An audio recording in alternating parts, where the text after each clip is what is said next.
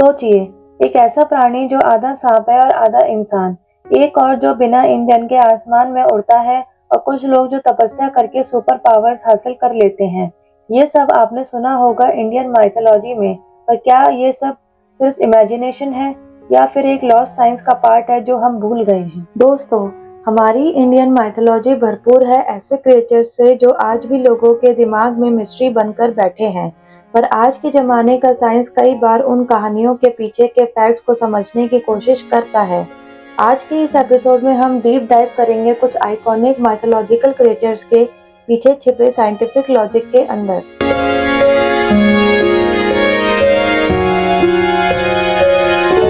नाग यानी सांप जैसे इंसान। हिंदू धर्मों में शेष नाग, वासुकी, तक्षक जैसे पावरफुल नागों का जिक्र है। इन्हें समुद्र के नीचे एक पाताल लोक में रहते हुए बताया गया है, जो अंडरग्राउंड या एक्वेटिक एडवांस सोसाइटी का आइडिया दे सकता है। कुछ साइंटिस्ट और माइथोलॉजिस्ट कहते हैं कि ये रेप्टिलियन ह्यूमनॉइड्स हो सकते हैं, एक इवोल्यूशनरी स्पीसीज जो ह्यूमन और रेप्टाइल्स के बीच का कनेक्शन दिखाता है। कुछ ट्राइबल कम्युनिटी जैसे जरावा और सेंटिनलीज अंडर वाटर डाइविंग में प्रोफिशिएंट है। हो सकता है माइथोलॉजी ने इनके स्किल्स सेट को एग्जैगरेट करके नाग बना दिया हो। कुछ थ्योरीज कहते हैं कि ये beings high oxygenated under water tunnels में रहते थे, जिसे आज हम सब एक्वेटिक बायोम्स कहते हैं।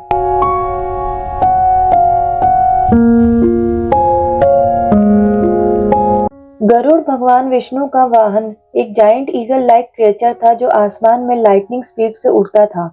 गरुड़ के विंग्स इतने बड़े थे कि वो अंधकार छा देते थे और उनकी फ्लाइट में सोनिक बूम तक होता था। कुछ स्कॉलर्स कहते हैं कि गरुड़ एक्चुअली एक एंशिएंट विमान या एयरक्राफ्ट का सिंबॉलिक फॉर्म हो सकता है।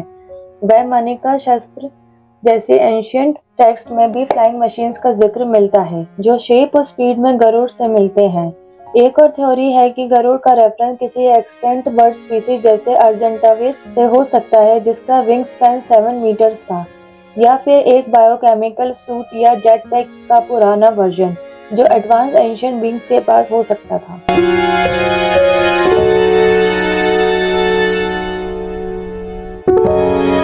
राक्षस और असुर हमेशा बुराई का प्रतीक नहीं थे। इनके पास शक्ति थी, इंटेलिजेंस थी और कुछ के पास तो न्यूक्लियर लेवल वेपन्स भी थे। रावण, भस्मासुर जैसे एग्जाम्पल्स बताते हैं कि ये एक हाईली इवॉल्व रेस थी। क्या ये लोग जेनेटिकली मॉडिफाइड ह्यूमंस थे या एक पैरेलल ह्यूमन इवोल्यूशन लाइन जो अलग तरीके से डेवलप हुई? असुर के पास जो अस्त्र थे जैसे ब्रह्मास्त्र, पशुपत अस्त्र, वो किसी हाई एनर्जी वेपन जैसे लगते हैं।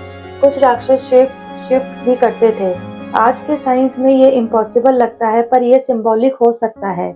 डिस्गाइज टेक्नोलॉजी, होलोग्राफिक टेक या इवन एडवांस्ड कैमोफ्लेग।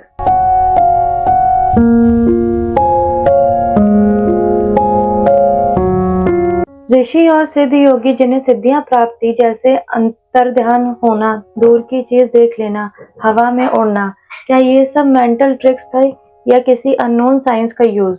मॉडर्न साइंस ये मानता है कि मेडिटेशन और तपस्या से ह्यूमन ब्रेन के हिडन कैपेबिलिटीज एक्टिवेट हो सकती हैं।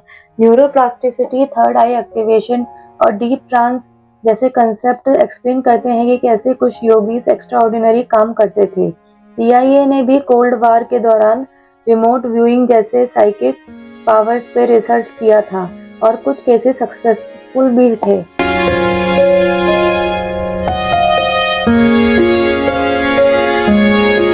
यक्षस और गंधर्व एक ऐसी प्रजाति जो हमेशा विजिबल नहीं होती थी, पर उनका प्रवास जगह जगह होता था। इनका जिक्र मोस्टली फॉरेन रीजन्स या स्पिरिचुअल प्लेसेस में मिलता है। मल्टीवर्स थ्योरी के अकॉर्डिंग एक ही वक्त पे कई डायमेंशंस एग्जिस्ट कर सकती हैं। हो सकता है ये बीइंग्स हाई फ्रीक्वेंसी पर वाइब्रेट करते थे, जो नॉर्मल ह्यूमन विजन्स को एक्सेसिबल नहीं था। इनका अपीयरेंस सिर्फ कुछ योगीज या डिवाइन ह्यूमंस को होता था, जो मेडिटेशन के जरिए उनके फ्रीक्वेंसी तक पहुंच पाते थे।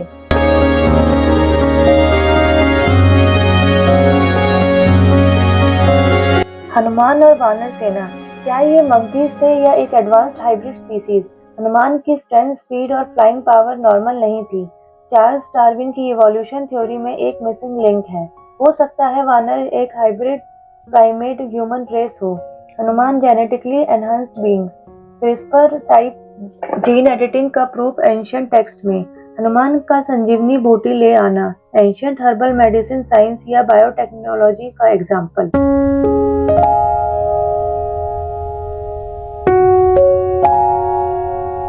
अप्सरा, किन्नर और देवलोक के लोग इतने सुंदर, म्यूजिकल और अलग प्रकृति के थे कि पृथ्वी पर आके अलग ही एनर्जी लेकर आते थे। क्या ये लोग किसी और प्लैनेट या स्टार सिस्टम से आए थे? एंशिएंट एस्ट्रोनॉट थ्योरी का कहना है कि पुराने युगों में एक्स्ट्रा टेरेस्ट्रियल बींग्स अर्थ पर आए थे और उन्हीं को देवता या सेल्शियस बींग्स कहा गया। फ्लाइंग क्राफ्ट्स, एनर्जी सूट्स और रेडिएशन एमिटिंग टेम्पल्स, इन सब से ये प्रूव होता है कि कुछ तो एडवांस टेक्नोलॉजी यूज हुई थी, या फिर ये सब हायर कॉन्शियसनेस का सिंबॉलिक एक्सप्रेशन था, जैसे dance equal to energy flow, music equal to vibration alignment.